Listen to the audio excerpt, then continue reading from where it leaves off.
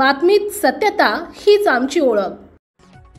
श्रावण महिना हा भगवान महादेवांच्या पूजेसाठी अत्यंत शुभ काळ मानला जातो। त्यामुळे श्रावण महिन्यामध्ये शिव मंदिरे भाविकांच्या गर्दीने फुलून जातात।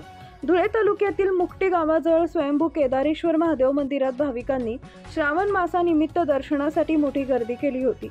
या पवित्र स्थळी भाविकांच्या लांबच लांब रांगा लागल्या आहेत। भक्तांच्या हर हर महादेवच्या घोषणांनी परिसर दुमदुमलाय। उत्तराखंडमधील केदारेश्वर मंदिराची प्रतिकृती या ठिकाणी उभारण्यात आली आहे। शेतकरी मनोज पाटील यांनी आपल्या शेतात हे मंदिर उभारले। श्रावण मासामध्ये दररोज या ठिकाणी पंचक्रोशीतील भाविक मोठ्या संख्येने दर्शनासाठी येत असतात। या परिसरात यात्रेचं स्वरूप दिसून येत आहे।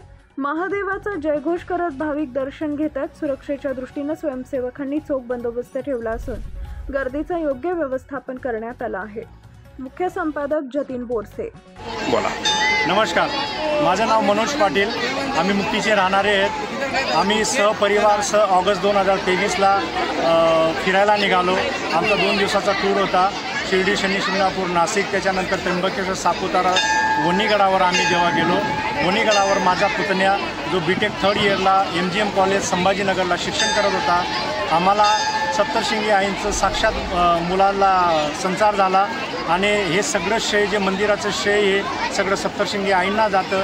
जसं जसं मुलगा आम्हाला सांगत गेला तशा पद्धतीचं आम्ही एक संकल्पना आमच्या मनामध्ये आली की आपण केदारनाथसारखं एक मंदिर बनवावं। आणि आम्ही जसं आईसाहेबांनी आम्हाला सांगितलं तसं मुलाला सांगितलं, मुलं आम्हाला सांगत गेला तशा पद्धतीचं आम्ही एक या मुक्ती गावात रोडाला हायवेलाच लागून एक केदारनाथसारखं सेम प्रतिकृती हे केदारनाथ मंदिर एक आम्ही इथं बनवलेलं आहे। कारण जे केदारनाथला जायला लोकांना, जे गरीब लोक आहे, ज्या लोकांना जाण्यासाठी शक्य नाही आहे, त्या लोकांनी इथं या मंदिरात येऊन आपलं दर्शन घ्यावं। हुबेहूब महाकालांचं हे मंदिर आम्ही बनवलेलं आहे।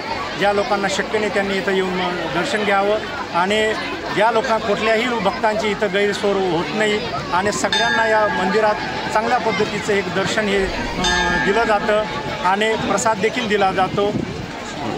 श्रावण मास निमित्त आता हा श्रावण महिना सुरू झालेला आहे। पहिल्या श्रावणपासून तर ह्या शेवटच्या श्रावणपर्यंत या मंदिरात अशाच पद्धतीचं भाविकांनी यावं, इथं दर्शन घ्यावं आणि आपल्या या मंदिरात दर्शन घेऊन या मंदिराचा पुरेपूर आपला लाभ घ्यावा, दर्शनाचा लाभ घ्यावा ही सगळ्यांना विनंती। आपल्या परिसरातील महत्त्वाच्या बातम्या पाहण्यासाठी आजच आमच्या JBTV न्यूज चॅनलला YouTubeवर सबस्क्राईब करा आणि बेल